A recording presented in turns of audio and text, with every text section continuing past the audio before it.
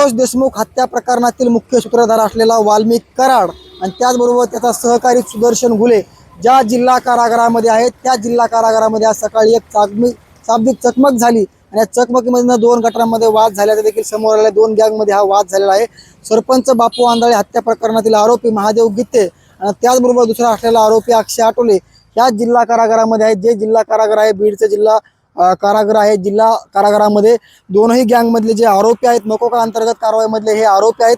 हे ते जिल्हा कारागृहाचा संपूर्ण परिसर आहे आणि याच परिसरामध्ये जिल्हा कारागृहामधल्या 9 नंबरच्या ब्लॉकमध्ये वाल्मिक कराड आहे। हे जिल्हा कारागृहाची वेस आहे आणि याच जिल्हा कारागृहामध्ये इथनंच जिल्हा कारागृहाकडनं प्रवेश करावा लागतो आणि याच जिल्हा कारागृहामध्ये संतोष देशमुख हत्या प्रकरणातील जो मुख्य आरोपी आहे मुख्य सूत्रधार आहे वाल्मिक कराड हा आहे। त्याचबरोबर त्याच्यासोबत सुदर्शन घुले आहे। त्याचबरोबर प्रतीक घुले जयराम चाटे महेश केदार आणि संपूर्ण सुधीर सांगळे हे आरोपी या जिल्हा कारागृहामध्ये आहेत।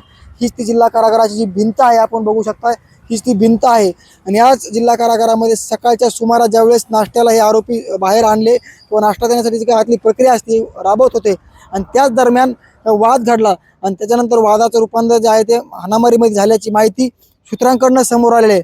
मात्र विशेष म्हणजे संतोष देशमुख यांना ज्या पद्धतीनं निर्गुणपणे हत्या करण्यात आली त्या हत्या करून देखील या आरोपींचा अद्यापपर्यंत देखील जी काही त्यांचं कृत्य आहे थांबायचं नाव घेत नाही। बापू आंधळे जे की परळीचे सरपंच होते त्यांची हत्या झाली होती आणि त्या हत्यामधील आरोपी महादेव गित्ते आणि त्याचबरोबर आरोपी वाल्मिक कराड यांचा जुना वाद असल्याचं देखील समोर आलेला आहे आणि त्याच वादामधनं समोरासमोर ज्यावेळी ते आले आणि त्यानंतर शाब्दिक चकमक झाली या चकमकीमधनं वाल्मिक कराड आणि सुदर्शन घुलेला मारहाण झाल्याचं देखील समोर आलेलं आहे। मुंबई तसंच योगेश काशीद बीड।